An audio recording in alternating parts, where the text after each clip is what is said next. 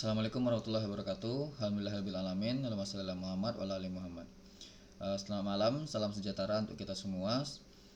Perkenalkan, nama saya Rahmat Hamdani dengan nomor NIM 0519290021, jurusan atau prodi Sistem Informasi dari UPBJJ Pekanbaru. Pada video kali ini saya akan mempraktekkan tugas 3, yaitu melakukan praktikum transaksi pada database.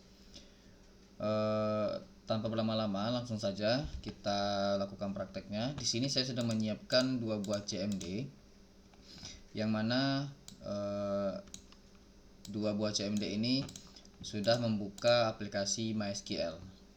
Nah, jadi saya menggunakan database atau DBMS MySQL untuk praktikum kali ini. Nah, anggaplah 2 CMD ini adalah 2 user yang berbeda, begitu ya.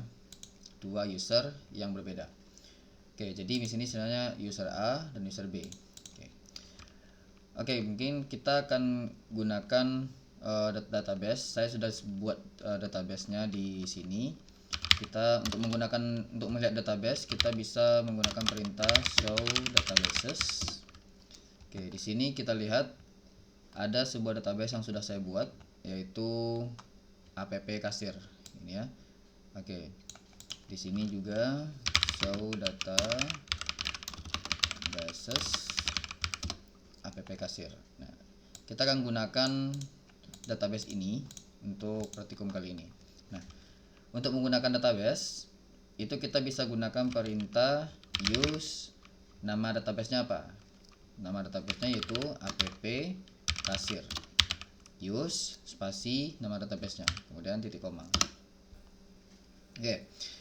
Di sini ada pesan database change, artinya database sudah berganti. Status databasenya kita sudah gunakan itu sudah berganti. Sekarang kita menggunakan database app kasir. Oke, di sini juga untuk user yang ini kita bisa gunakan juga database yang sama, use app kasir. Oke. Kemudian kita buat praktikum. Pertama kita lihat dulu tabel dari database app kasir ini ya. Perintahnya yaitu show tables. Oke, dari sini kita lihat tabel pada database kasir itu ada 3, yaitu tabel barang, pembelian, dan users, gitu ya. Show tables. Nah, kita bikin sebuah transaksi di mana si user melakukan pembelian barang, gitu ya. Pertama kita lihat dulu isi dari setiap database-nya. Select untuk melihat isi dari semua database atau tabel, isi semua yang ada di dalam tabel itu kita bisa gunakan perintah select bintang from nama tabelnya apa. Di sini kita lihat kita ingin melihat tabel barang, gitu. Nah, di sini ada dalam tabel barang ada 3 data, yaitu Pepsodent, Lifebuoy, dan Bang Bang dengan data yang sudah disediakan ya di sini. Nah, mungkin ada kesalahan ya, saya coba perbaiki datanya terlebih dahulu. Di barang ini harganya yaitu 2000, gitu. Nah, ya di sini sudah saya rubah datanya jadi 2000. Oke, kita umpamakan misalnya si user, kita lihat dulu semua data user. Oke, si user Hamdani itu melakukan pembelian barang yaitu Pepsodent, gitu ya. Oke, kemudian kita lihat juga isi dari tabel pembelian. Select bintang from pembelian. Empty ya.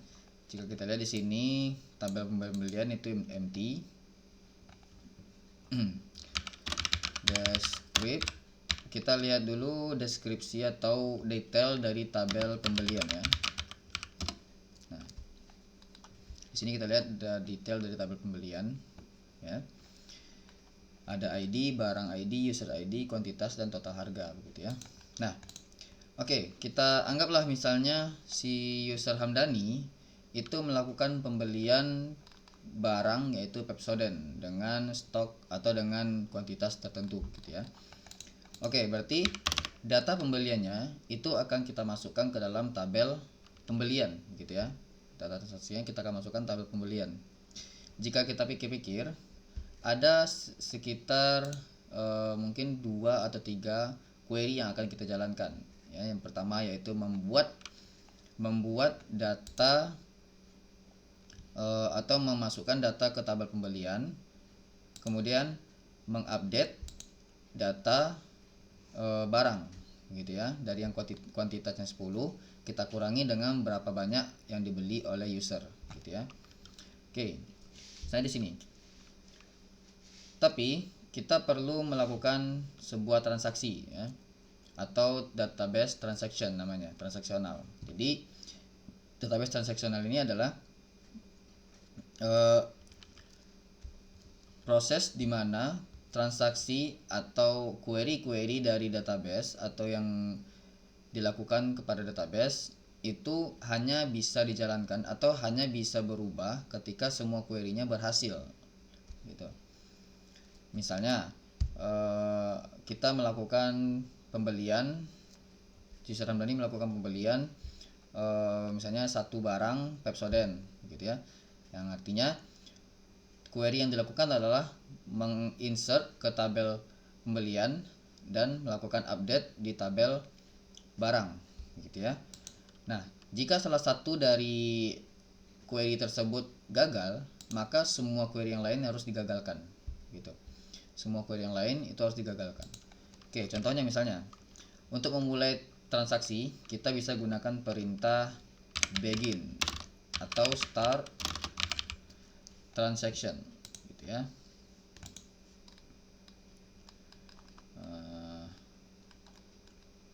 Atau mungkin kita bisa buat start transaction. Oke, di sini sudah. Kita bisa langsung saja menggunakan perintah. Pertama itu kita masukkan data pembelian ke dalam tabel pembelian gitu ya. Perintahnya adalah insert into pembelian. Oke. Kemudian kolomnya apa saja, yaitu ID.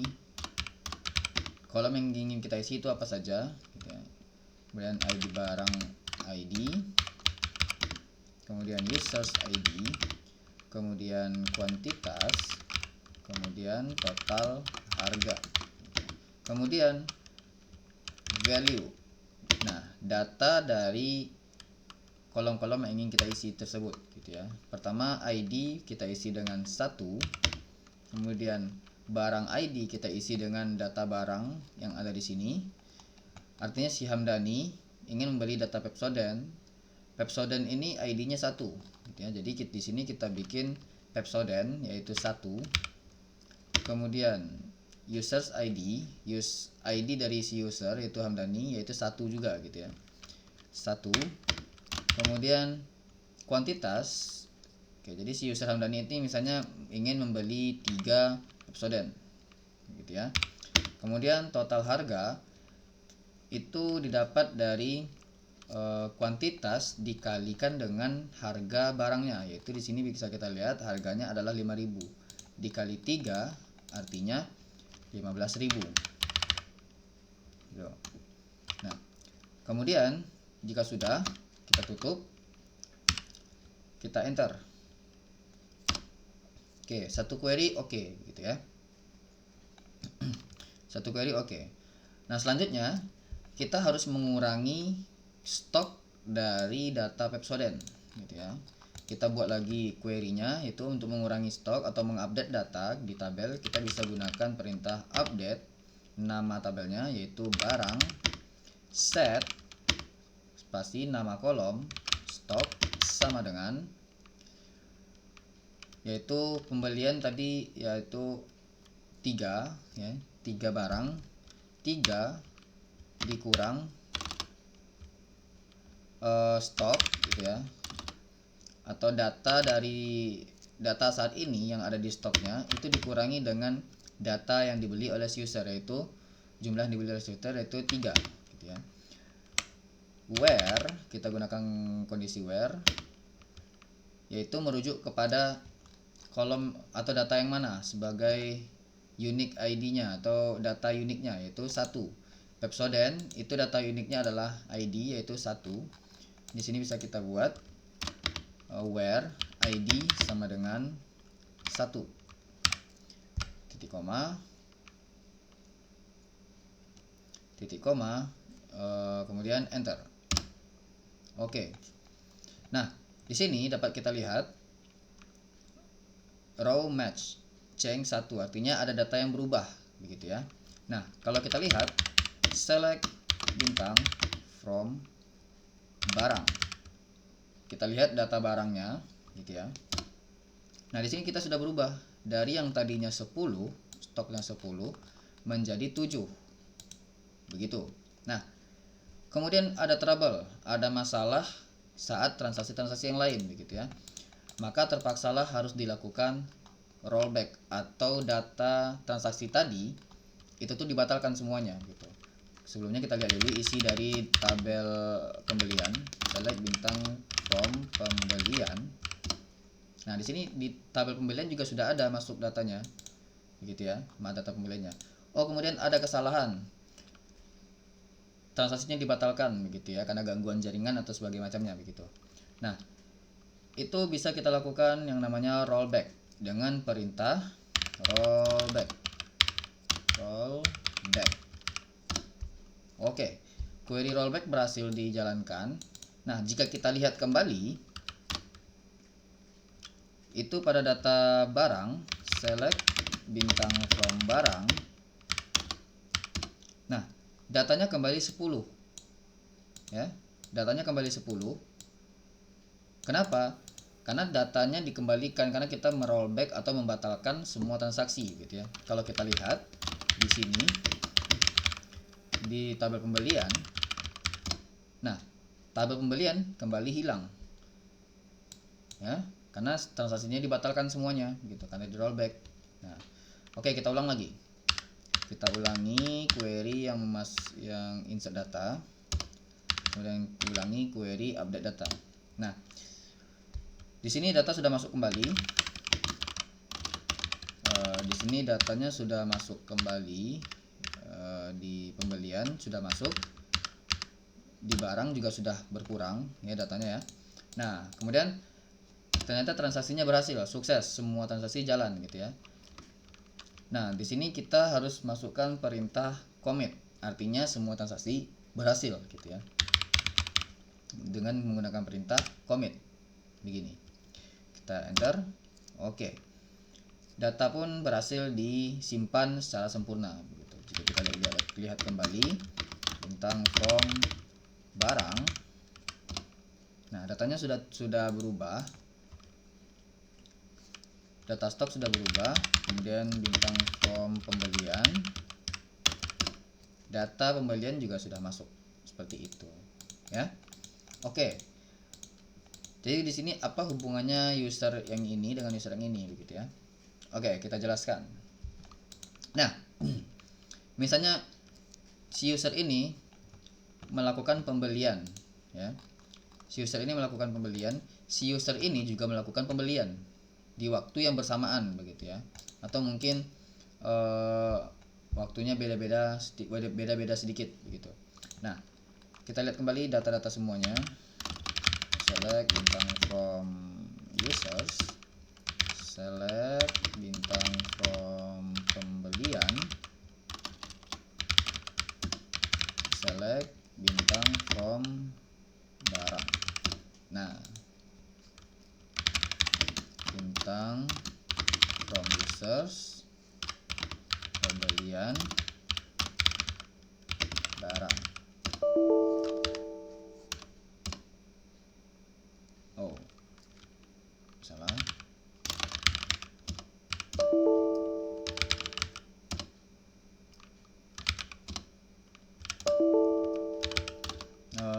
Kita coba select bintang from barang, select bintang from pembelian, select bintang from users, begini. Oke. Baik. Oke, misalnya di sini si user ini melakukan pembelian, user Hamdani ingin melakukan pembelian barang yaitu Lifebuoy, sabun Lifebuoy di sini, sabun Lifebuoy gitu ya. Nah, kemudian si user yang ini kita anggap sebagai Hidayat juga melakukan pembelian barang yaitu Beng gitu ya. Nah, misalnya si user ini melakukan pembelian gitu ya. Jadi kita mulai transaksi, start transaction. Kita mulai transaksi. Pertama kita masukkan dulu datanya ke dalam tabel pembelian gitu ya. Insert into pembelian. Datanya yaitu pertama 2, ID-nya 2, ID barangnya adalah 2, ID 2, ID barang 2, ID usernya adalah 2 juga. Kemudian kuantitasnya, anggaplah kita ingin membeli barang Lifebuoy ini yaitu 5 gitu ya. Kemudian total harga 5 dikali 5 yaitu 25.000 gitu ya. 25.000 begini. Nah, kemudian enter.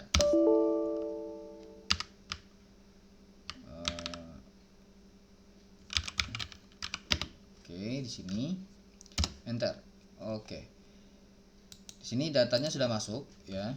Pembelian, select. Nah, oke. Pertama, selanjutnya kita update dulu data barang ya, data stok barang. Update barang, set stok sama dengan stok dikurang jumlah yang dibeli tadi yaitu 5, where ID sama dengan 2 gitu. Nah, di sini kita lihat data dari tabel barang dan pembelian. Select bintang from pembelian, select bintang from barang.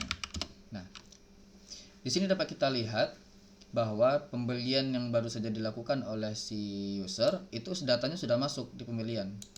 Dan di sini di tabel barang itu stoknya juga sudah berkurang. Nah, tapi jika kita lihat pada user ini, select bintang from barang, select bintang from pembelian. Nah, di sini datanya belum berubah sama sekali. Ya, dapat kita lihat datanya belum berubah sama sekali. Lifebuoy masih 15, stoknya masih 15, tapi di sini sudah 10. Nah, kemudian di tabel pembelian datanya masih 1, padahal di sini sudah 2. Di sini sudah 2, gitu ya. Nah, apa yang sebenarnya terjadi? Itu terjadi karena si user ini belum melakukan commit, yang artinya dia belum mengesahkan semua transaksinya, belum menyatakan semua transaksinya berhasil, gitu ya. Nah, misalnya di si user ini sudah sukses melakukan semua transaksi, begitu ya. Kita gunakan perintah commit. Oke, ya, sudah commit.